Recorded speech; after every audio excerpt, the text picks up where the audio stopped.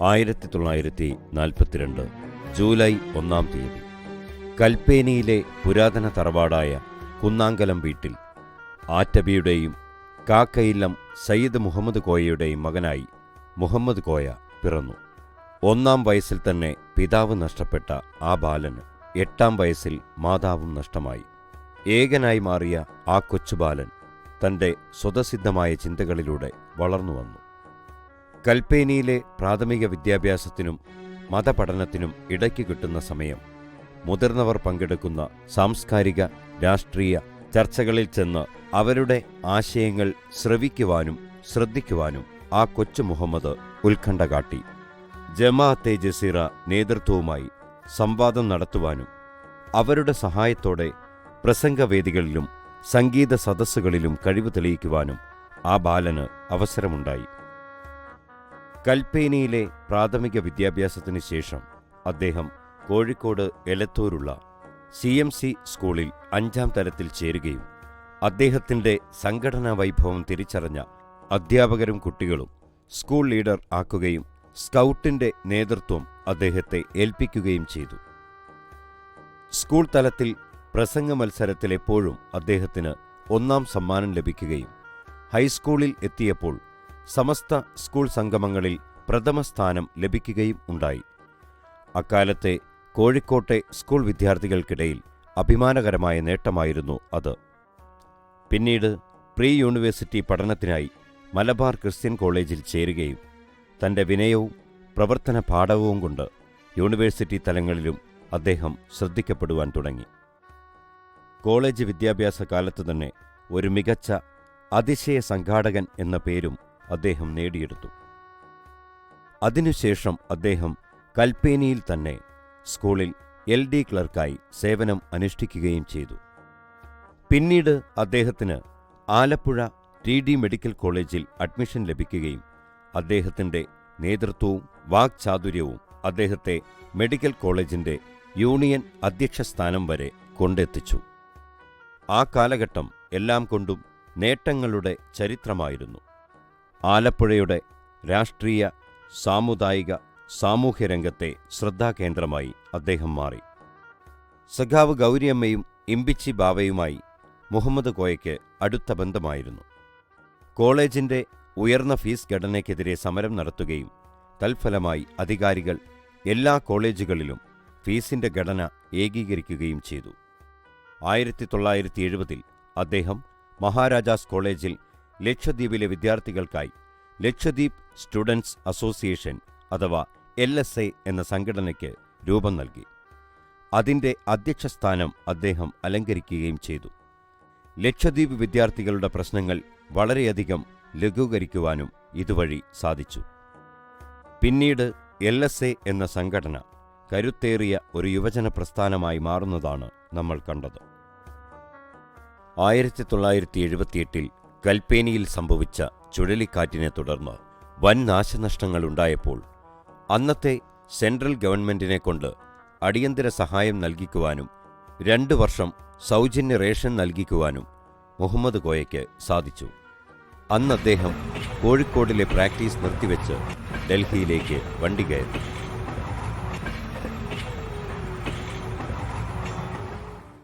മിനിക്കോയ് ദ്വീപിലെ പണ്ടാരം ഭൂമി അവിടുത്തെ ജനങ്ങൾക്ക് സ്വന്തമാക്കി നൽകണമെന്ന് 1976 മുതൽ ഡോക്ടർ മുഹമ്മദ് കോയ ആവശ്യപ്പെടുകയും ഒരുപാട് സമരങ്ങൾക്ക് ശേഷം 1979 ഫെബ്രുവരി 2-ാം തീയതി ശ്രീ മൊറാർജി ദേശായിയെക്കൊണ്ട് മിനിക്കോയ് ദ്വീപിലെ പല്ലിശ്ശേരി വില്ലേജിൽ വെച്ച് ജനങ്ങൾക്ക് 10.5 സെന്റ് ഭൂമി വീതം പതിച്ചു നൽകുവാൻ അദ്ദേഹത്തിന് സാധിച്ചു. അധികാരത്തിൽ വരികയും ചെയ്തപ്പോൾ അല്ലാഹു സുബ്ഹാനഹു വ തആല നമുക്കതിൽ തൗഫീഖ് ഉണ്ടാക്കി. സാക്ഷാൽ പ്രധാനമന്ത്രി ഈ മിനിക്കോയിൽ വന്നു. പള്ളിശ്ശേരി വില്ലേജ് ഹൗസിന്റെ അന്തരത്തിൽ വെച്ച് ഈ മറ്റ് ദൂരം ചെയ്തപ്പോൾ അതിൽ നിന്നും അടിയിൽ വീഴുകയുണ്ടായി. 1982-83 കാലഘട്ടങ്ങളിൽ തിരുവനന്തപുരം മെഡിക്കൽ കോളേജിൽ DCHന് ശേഷം അദ്ദേഹം കവരത്തിയിൽ സ്വന്തമായി ഒരു ചെറിയ ക്ലിനിക്ക് ആരംഭിക്കുകയും പാവപ്പെട്ട രോഗികൾക്ക് സേവനം നൽകുകയും ചെയ്തു വന്നു. മരണം വരെ ആ സേവനം അദ്ദേഹം തുടർന്നു. 1983-84 കാലഘട്ടത്തിൽ ലക്ഷദ്വീപിലെ ഗ്രൗണ്ട് വാട്ടർ പമ്പിങ്ങിനെതിരെ സമരം നടത്തുകയും ദ്വീപിലേക്ക് വേണ്ടത് കടൽ വെള്ളം ശുദ്ധീകരിച്ചു നൽകുന്ന ഡീസാലിനൈസേഷൻ പദ്ധതിയാണെന്ന് വാദിക്കുകയും ചെയ്തു. അദ്ദേഹത്തിന്റെ മരണശേഷമാണെങ്കിൽ പോലും 2014 അത് ദ്വീപിൽ യാഥാർത്ഥ്യമായി. Home minister advisory committee member, administrator advisory committee member, Pradesh council പ്രതിപക്ഷ നേതാവ് എന്നീ നിലകളിലെല്ലാം തന്നെ അദ്ദേഹം തന്റെ വ്യക്തിമുദ്ര പതിപ്പിച്ചിരുന്നു.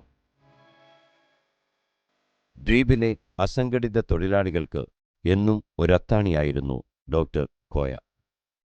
1997 ലക്ഷദ്വീപിലെ പ്രഥമ ചീഫ് കൗൺസിലർ കം പ്രസിഡന്റായി അദ്ദേഹം തിരഞ്ഞെടുക്കപ്പെട്ടു.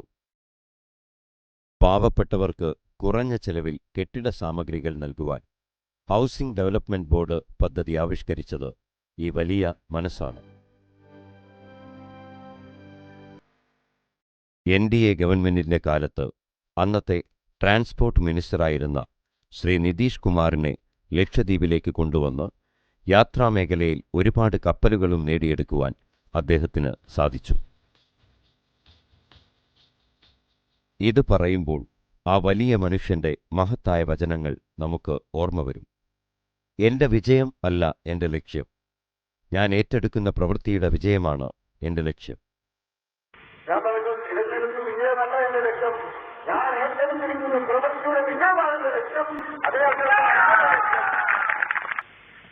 നേരെ മറിച്ച് പിടിച്ചോടെയാണ് കിടക്കുന്നത്. അവരവർ ഏറ്റെടുത്തിരിക്കുന്ന പ്രവൃത്തികൾ, ജനങ്ങൾക്ക് വാഗ്ദാനം കൊടുത്തിരിക്കുന്ന പ്രശ്നങ്ങൾ അതിനുവേണ്ടി പരിശ്രമിച്ചാൽ നേടിയെടുക്കുക എന്നുള്ളതാണ് പ്രവർത്തനത്തിന്റെ വിജയമാണ്. അള്ളാഹു ചോദ്യം ഇന്ന് വരെ നമ്മുടെ പ്രവർത്തനങ്ങളെല്ലാം തന്നെ വിജയിച്ചിട്ടുണ്ട് എന്ന് എനിക്ക് അഭിപ്രായത്തോടുകൂടി പറയുവാൻ സാധിക്കും.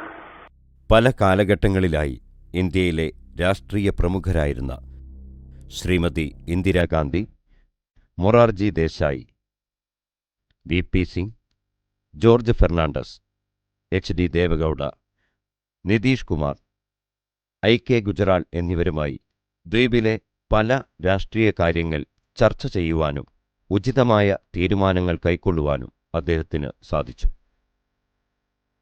രാഷ്ട്രീയ എതിരാളികളെപ്പോലും ഉള്ളറിഞ്ഞ് സ്നേഹിക്കുകയും സ്നേഹിക്കപ്പെടുകയും ചെയ്ത ഡോക്ടർ കോയ ഏവർക്കും ഒരുപോലെ പ്രിയങ്കരനായിരുന്നു. എന്താണ് ആ വലിയ മനസ്സിനെ വിളിക്കേണ്ടത്? എന്താണ് ആ വലിയ വ്യക്തിത്വത്തെ അഭിസംബോധന ചെയ്യേണ്ടത്?